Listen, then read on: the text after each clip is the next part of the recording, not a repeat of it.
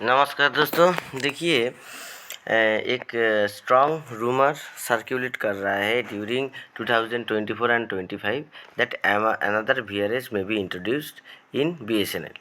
Earlier contradictory views are expressed by BSNL management and DOT. However, तो ये जो बात हुआ कि BSNL मैनेजमेंट ने बोला कि अभी VRS का कोई भी बात नहीं है, मगर देखिए ये VRS का जो बातें हैं ये BSNL मैनेजमेंट और DOT ये अपने आप में रख देता है, ये सार्वजनिक नहीं किया है। मगर तभी VRS का बात नहीं था, इसका मतलब ये नहीं है कि आगे VRS का बात नहीं आएगा। और उसी का जो प्रतिफलन है वो मिल रहा है 7/1/2026 को chairmanship of honourable prime minister which available in public domain. तो एक मीटिंग हुआ, तो ये जो मीटिंग हुआ उसमें government is considered about the present workforce around 52,000 employees in BSNL, and it is understand that government is considering reutilizing this manpower in other establishment or downsizing the staff strength। तो यहाँ पे ये जो man power है इस man power को दूसरा किसी क्षेत्र में काम कराने का सोच रहे हैं, यूटिलाइज करने का सोच रहे हैं, नहीं तो स्टाफ काटलमेंट का, स्टाफ डाउनसाइजिंग का बारे में सोच रहे हैं। तो पहले स्टाफ काटलमेंट बोला जाता था, अभी इसको डाउनसाइजिंग बोला जाता है। और दिस डेवलपमेंट में create pressure on BSNL board to bring another VRS in the company. The minutes of the meeting attached hereby. तो देखिए अभी हम लोग ये जो माइन्यूट्स है ये माइन्यूट्स देखेंगे।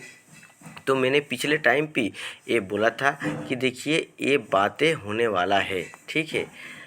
तो देखिए यहाँ पे जो ऑफिस मेमोरेंडम है, देखिए नीति आयोग में ये मीटिंग हुआ है और ये जो develop monitoring and evolution office new Delhi 29/1/2026 को एक मीटिंग हुआ है और इसी के बाद ये लेटर है, ठीक है।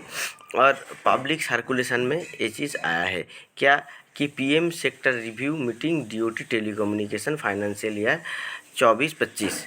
ए meeting held the chairmanship of honourable prime minister on 7/1/2026 to review the progress made in the telecommunication sector. Minutes of the meeting are enclosed hereby for necessary action please। और department of telecommunication would be the nodal ministry to coordinate. तो यहाँ पे telecom dot तो हमेशा होता है और ये इशू हुआ है कॉम्पिटेंट अथॉरिटी के अप्रूवल के साथ। आप देख सकते हैं ये जो चिट्ठी है इस चिट्ठी को देख सकते हैं। अभी देखिए ये जो माइन्यूट्स ऑफ द मीटिंग इसमें अब देखिए क्या क्या बातें यहाँ पे कहा गया है। देखिए डिपार्टमेंट यहाँ पे क्या सभी रिस्पॉन्सिबिलिटी डॉट के पास यहाँ पे हुआ है, ठीक है। देखिए सभी डॉट के पास यहाँ पे है। तो यहाँ पे आपका जो 10 नंबर है, 10 नंबर पे आप देखिए कि it is observe that BSNL is a human resource heavy organisation. ये नीति आयोग का फाइंडिंग्स है। स्टेप में be taken to repatriate all the person on deputation from other organisation with BSNL। तो जितना भी दूसरा स्टाफ है जो डेपुटेशन पे गए हैं उनको वापस लाने का BSNL से यहाँ पे बात हुआ है। Further assessment of all personnel may be carry out with regard to their suitability for the organisation and made effort to reduce staff.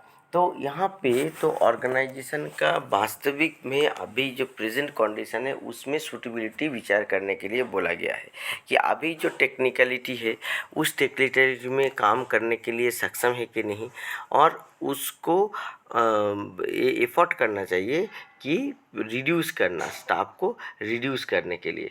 तो यहाँ पे डिपार्टमेंट यहाँ पे कर सकते हैं, ठीक है। यहाँ पे डिपार्टमेंट क्या कर सकते हैं, यहाँ पे डिपार्टमेंट बहुत सारे बात यहाँ पे कर सकते हैं, जैसे कि डिपार्टमेंट आने वाले दिन में स्टाफ स्ट्रेंथ को कम करने के लिए क्या कर सकते हैं कि यहाँ पे VRS ला सकते हैं, ठीक है।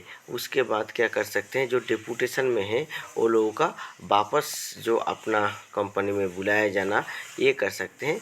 तो ये सब काम कर सकते हैं। तो ये जो 10 नंबर जो पॉइंट है इस 10 नंबर पॉइंट से ही जो गुंजाइश आया है, जितना भी बातें आया है ये 10 नंबर पॉइंट से आया है। तो दोस्तों मेरे पास जितना भी सूत्र से हवाले से जितना भी खबर है उसके मुताबिक डिपार्टमेंट में क्या कि डिपार्टमेंट में पहले बोला था कि जो फाइनेंशियल ईयर में कोई वीआरएस का बात नहीं है, ऐसे स्टेटमेंट मैनेजमेंट की तरफ से आया था। तो इस फाइनेंशियल ईयर में आपका वीआरएस देखने को नहीं मिलेगा, मार्च में ख़त्म हो जाएगा। नेक्स्ट फाइनेंशियल ईयर में अक्टूबर के करीब करीब हो सकता है कि ये जो रिपोर्ट है इस रिपोर्ट को अक्टूबर तक सबमिट करना है। देखिए यहाँ पे डेडलाइन देखिए 31/10/2026। तो 31/10/2026 में जब सबमिट हो जाएगा ये रिपोर्ट, उसके बाद वीआरएस का बात आ सकते हैं। उससे पहले जब पार्लियामेंट्री सेशन चलेगा उसमें फंड का भी एलोकेशन करना है, क्योंकि वीआरएस के लिए पैसा लगेगा। तो फंड का एलोकेशन करके जो स्टाफ ट्रेन थे उसको कम से कम 15 से 20 हज़ार रिड्यूस करने का मैनेजमेंट का सोच है, क्योंकि अभी डिपार्टमेंट में जैसे कामकाज का हालत है उसमें 30,000 एम्प्लॉई डिपार्टमेंट से ही डिपार्टमेंट चल जाएगा, ऐसे मैनेजमेंट का मानना है। तो इस परिस्थिति में क्या सेकेंड वीआरएस आने वाला है? हाँ दोस्तों, सेकेंड वीआरएस आ सकता है, सेकेंड वीआरएस, मगर अभी नहीं आएगा। 31/10/2026 को रिपोर्ट सबमिट होने के बाद अगर उसको मंजूरी मिलता है तो और फंड पार्लियामेंट से फंड एलोकेट होता है, तभी वो आने का बात यहाँ पे आने का जो गुंजाइश है वो आने का यहाँ पे गुंजाइश होगा। तो इसी परिस्थिति में आप लोग देख सकते हैं कि क्या क्या यहाँ पे परिस्थितियाँ आने वाले दिन में होने वाला है, और उसी के ऊपर निर्भर करता है कि आने वाले दिन में यहाँ पे क्या होने वाला है। और एक चीज़, ये जो वीआरएस जो आएगा, ये वीआरएस किसके लिए आएगा? तो यहाँ पे जो कैडर स्पेसिफाई तो करके वीआरएस नहीं आएगा, मगर देखिए यहाँ पे जो स्टाफ ज़्यादा तनख्वाह लेते हैं, ठीक है, तो उसी को ही वीआरएस में ये करने का चेंज करने का एक प्रोबेबिलिटी होता है। ये हमेशा ध्यान में रखना है। और दूसरा है कि टेक्निकल नॉलेज, तो जितना भी टेक्निकलिटी जो स्टाफ जो कैडर के अंदर कम है उसी को रिड्यूस करने का गवर्नमेंट का ज़्यादा प्लान हो सकता है। तो ये जो परिस्थिति है, इस परिस्थिति में देखिए ये जो नीति आयोग का मीटिंग हुआ है इसी से गुंजाइश हुआ है टेलीकम्युनिकेशन सेक्टर का रिव्यू में। और देखिए आने वाले दिनों में और स्पष्ट हो जाएगा। 31/10/2026 को ये जो रिपोर्ट है ये रिपोर्ट सबमिट करने दीजिए। और ये जो नोडल मिनिस्ट्री होगा डॉट होगा, अगर डॉट से कोई भी बात आएगा तो हो जाएगा। तो जहाँ तक यहाँ पे लगता है कि इससे पहले पीआरसी दे दिया जाएगा। पीआरसी देने के बाद अब जो लोग समझ जाएंगे कि कितना प्रॉफिट हो रहा है और रुकना चाहिए कि डिपार्टमेंट में, तो डिपार्टमेंट का जो स्टाफ है वो स्टाफ का भी एक मन बन जाएगा पीआरसी के बाद कि वीआरएस में चले जाते हैं। जो लोगों का सर्विस टेन्योर कम है तो वो लोग ऐसे जाना ही पसंद करेंगे, ऐसे लगता है। तो यूनियन एसोसिएशन यहाँ पे अपना बात बोलेंगे, मगर देखिए ये जो वीआरएस है ये वीआरएस यूनियन के ऊपर, एसोसिएशंस के ऊपर निर्भर नहीं करता है। ये संपूर्ण रूप से सरकारी सिद्धांत है। और ये जो सिद्धांत है इसका जो सनद है, इसका जो दस्तक है, ये दस्तक आया 1991 में जब एलपीजी रिफॉर्म आया, लिबरलाइजेशन, प्राइवेटाइजेशन एंड ग्लोबलाइजेशन। तो ये जो प्राइवेटाइजेशन है, ये जो निजीकरण है, ये निजीकरण का जो सिद्धांत है इसी के ऊपर निर्भर करके यहाँ पे ये चीज़ आया है। और ये जो है ये सरकार टू सरकार चेंज हो जाता है, मगर आपका ये जो सिद्धांत है इसके सिद्धांत के ऊपर ही ज़्यादातर सरकारें काम करती हैं। तो देखिए आने वाले दिन में आप लोग इसके बारे में और चर्चा सुनेंगे।